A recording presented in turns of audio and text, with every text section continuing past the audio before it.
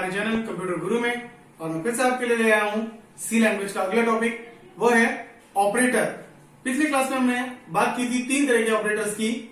मेरे ख्याल में शायद हम लोगों की जो बात हुई थी वो हुई थी रिलेशनल ऑपरेटर, और हम लोगों ने पढ़ा था कंडीशनल ऑपरेटर। आज हम लोग इसके आगे जो बात करेंगे conditional operator, assignment operator, bitwise operator, special operator and increment decrement operator की। पिछली क्लासों में हम लोग 3 ऑपरेटर की बात कर चुके हैं, उसको हम लोग आज कंटिन्यू करेंगे। बहुत ध्यान से देखना है, बहुत इंपॉर्टेंट सेगमेंट है, मैं कई बार बता चुका हूं। और अगर आपको कोई क्वेरी आती है तो प्लीज आप कमेंट बॉक्स में लिखिए, क्योंकि आप लोगों की क्वेरीज कम दिख रही हैं, क्योंकि जितनी ज्यादा क्वेरीज आप करोगे उतनी ज्यादा आपकी प्रॉब्लम को मैं अच्छे से सॉल्व कर पाऊंगा। चलिए आइए देखते हैं कंडीशनल ऑपरेटर क्या होती है।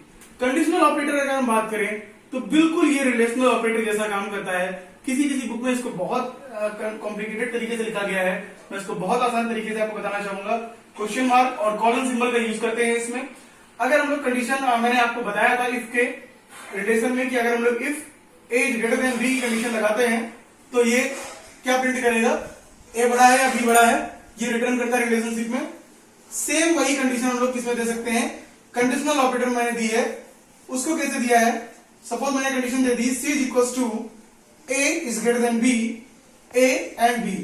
ये आपका सिंटेक्स हो गया कंडीशनल। यहां पे हम लोग पहले कंडीशन लिखते हैं। एक्सप्रेशन 1, एक्सप्रेशन 2 क्या है, जो पहला एक्सप्रेशन होता है वो ट्रू कंडीशन को बिलोंग करता है, और जो सेकंड एक्सप्रेशन होता है वो फॉल्स कंडीशन को बिलोंग करता है। अगर आप सपोज एक प्रोग्राम बना रहे हो कि आपको कौन वोट दे सकता है या नहीं दे सकता है, इसका आपको एक कंडीशन बनानी है, तो आप बहुत आसानी से बना सकते हो।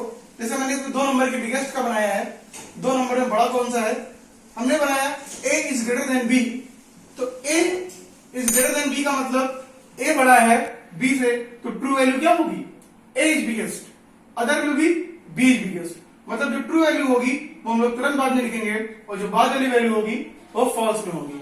कई बुक में इसको अलग तरीके से भी एक्सप्रेशन लिखी गई है, लेकिन मैंने सबसे आसान मेथड आपके लिए लाया हूं ताकि आप आसानी से इस चीज को समझ सको। अगर मैंने एज का एक एग्जाम्पल लिया कि आप वोट दे सकते हो या नहीं दे सकते हो, वोट की एलिजिबिलिटी चेक करने के लिए क्या करेंगे आप। सपोज मैंने लिखा b equals to age is greater than 80। अगर एज 80 के एबव है तो क्या होगा, उसके लिए पॉसिबल कंडीशन क्या होगी, बहुत आसानी से आप लोग जानते हो क्या होगी, यू कैन वोट, और फॉल्स कंडीशन होगी नॉट वोट। कितनी आसानी से आप समझ सकते हैं इस चीज को कि जो कंडीशन आप इफ एल्स में लिख सकते थे वही कंडीशन आप सीधे कंडीशनल ऑपरेटर का यूज करके भी लिख सकते हैं, जो कि बहुत, और जो भी रिजल्ट होगा आपका वो किसमें स्टोर हो जाएगा, यहां पर सी में रिटर्न कर लेगा और यहां पर डी में रिटर्न कर लेगा। मतलब अगर सी की वैल्यू यहां पे क्या आएगी, तो सी की वैल्यू यहां पर ए आएगी, और यहां पर डी की वैल्यू क्या आएगी, यू कैन वोट आएगी, क्योंकि दोनों मैंने पॉसिबल कंडीशंस लिखी हुई है। अब अगले ऑपरेटर की बात करते हैं, असाइनमेंट ऑपरेटर की।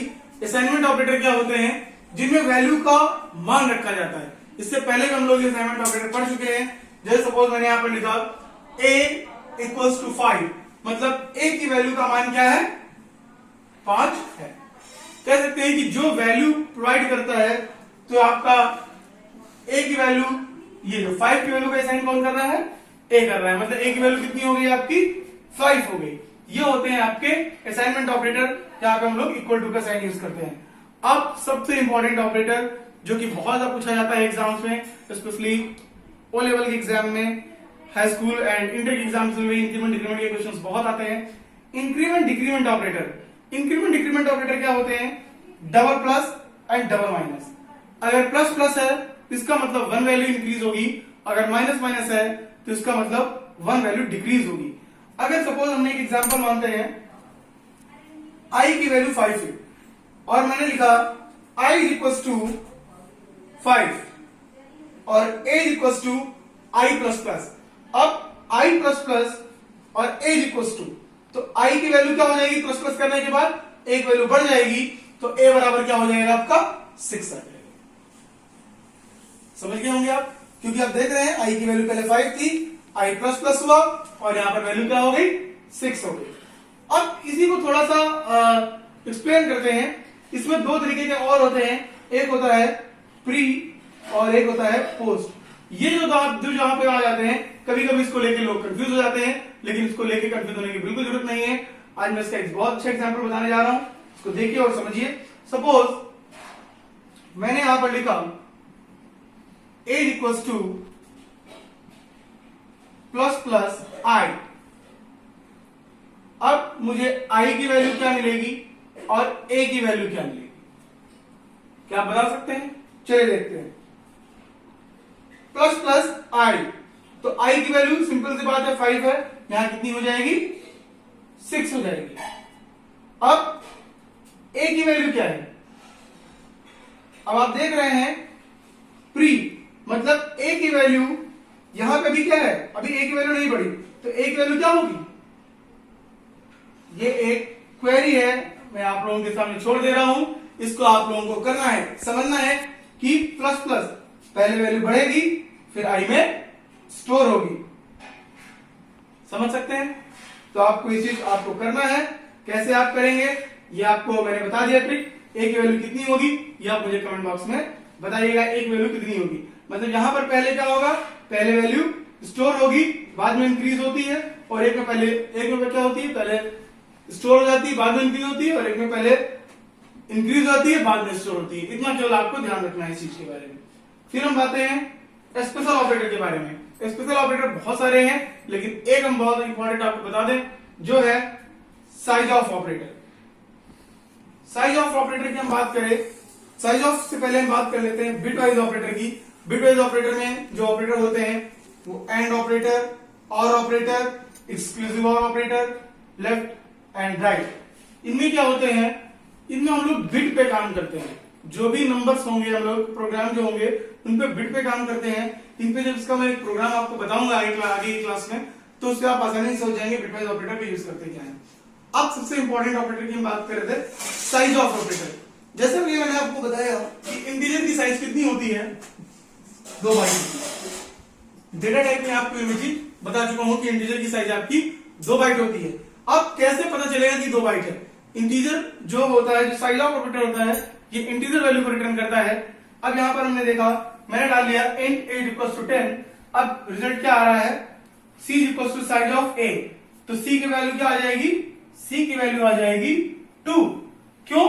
क्योंकि एक ऐसी वैल्यू है, a इंटीजर वैल्यू है और a की वैल्यू है 10, और 10 किसको रिप्रेजेंट कर रहा है, इंटीजर वैल्यू को रिप्रेजेंट कर रहा है। और मैंने यहां पर क्या लगाया है, साइज ऑफ लगाया है। साइज ऑफ में क्या होगा, वो उसका मेमोरी स्पेस प्रिंट कर लेगा। अगर इसी एक्सप्रेशन को हम थोड़ा चेंज कर देते, अगर मैं यहां पे आपको लिख देता फ्लोट a इक्वल्स टू 10 और c equals to size of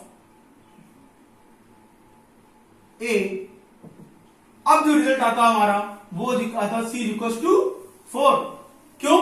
क्योंकि फ्लोट के जो डेटा टाइप है इसका मेमोरी स्पेस कितना होता है, 4 बाइट होता है। ये हो गया आपका ऑपरेटर चैप्टर।